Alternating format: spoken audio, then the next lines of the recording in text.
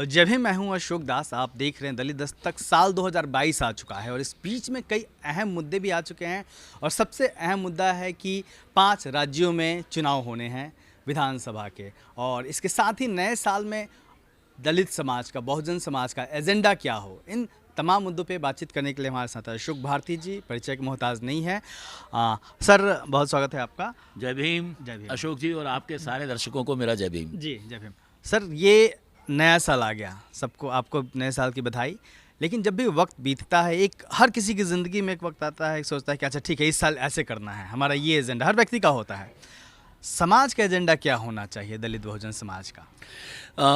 अशोक जी, मुझको लगता है कि देखिए, अभी देश में 5 राज्यों में चुनाव होने वाले हैं और ये 5 राज्यों में 2 राज्य ऐसे हैं जहाँ की दलितों की आबादी बहुत ही महत्वपूर्ण है और मार्के की मानी जाती है।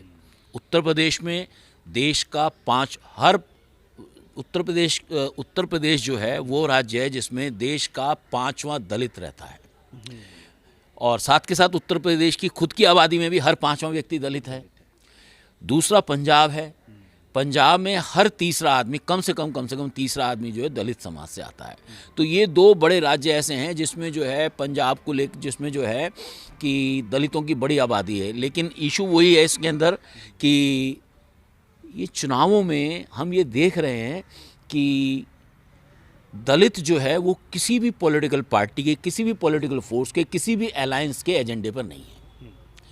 मुझे लगता है कि अगले 3-4 महीने या 5 महीने या 6 महीने, क्योंकि चुनाव का दौर शुरू हो चुका है, 2022 से चुनाव शुरू होंगे तो 2024 में जाके रुकेंगे। लेकिन सर, आप ये कैसे कह रहे हैं कि एजेंडे पे नहीं है? पंजाब में लगातार तमाम पार्टियां कह रही हैं कि हम दलित को डिप्टी सीएम बनाएंगे। कांग्रेस ने ऑलरेडी सीएम बना दिया है, हालांकि नए टेन्योर के लिए घोषणा नहीं कर रही है।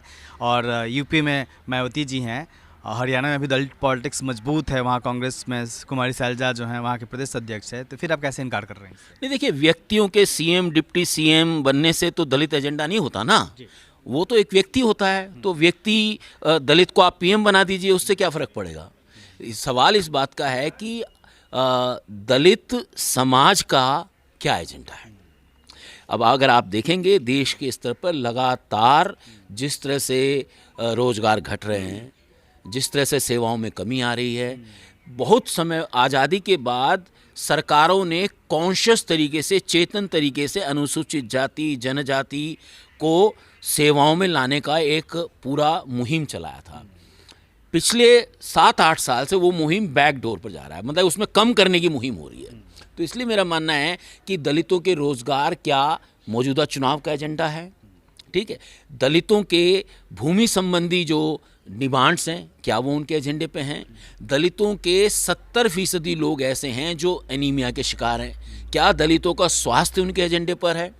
दलितों के 80% जो नौजवान हैं वो बेरोज़गार हैं, तो क्या दलितों के नौजवान एजेंडे पर हैं?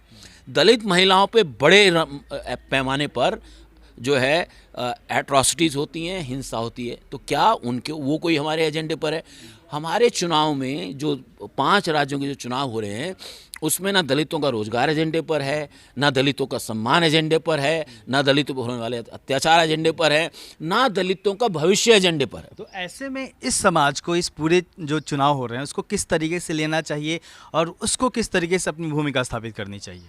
मुझे लगता है कि देश के दलितों को, पढ़े लिखे लोगों को, समझदार लोगों को चुनाव से पहले अपना सार्वजनिक तौर पे मंतव्य साबित करना चाहिए और ये बताना चाहिए हम इस हिंदू मुस्लिम की डिबेट में पड़ने वाले नहीं हैं। ये सांप्रदायिक एजेंडा हिंदुओं का है, ये सांप्रदायिक एजेंडा मुसलमानों का है, ये दलितों का एजेंडा नहीं है। हमें दलितों को रोज़गार चाहिए, हमें सम्मान चाहिए, हमें देश के संसाधनों में हिस्सेदारी चाहिए, भूमि में हमारी आबादी के हिसाब से हमें हिस्सेदारी चाहिए। तो मुझे लगता है कि ये बात हमें पब्लिकली जाहिर तौर पर हर प्लेटफॉर्म से कहना चाहिए।